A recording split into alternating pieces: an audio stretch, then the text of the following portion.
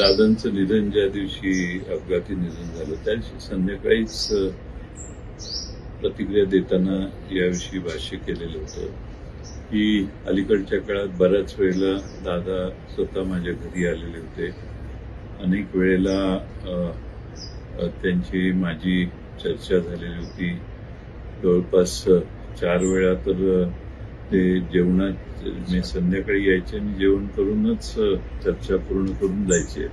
त्यामुळं बऱ्यापैकी त्यांची इच्छा होती की साहेबांच्या देखतच मला हे सगळे दोन्ही पक्ष आपले एकत्रित करायचे आहेत आणि माझ्याबद्दल जी जनमानसात आहे ते सगळं पुसून मी पुन्हा साहेबांच्या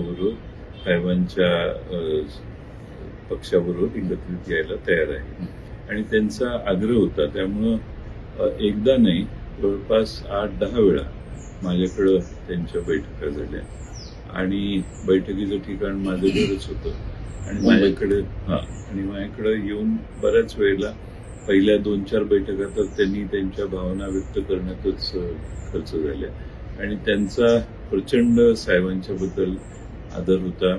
साहेबांच्या बरोबर जे झालं ते सगळं विसरू आपण आणि मागच्या 2-2.5 वर्षाचा कालखंड मागं टाकून आपण सगळे एक होऊ आणि महाराष्ट्रात राष्ट्रवादी काँग्रेस पुन्हा एकसंध करू ही त्यांची अंतिम आणि फार तीव्र अशी आग्रहाची भूमिका होती.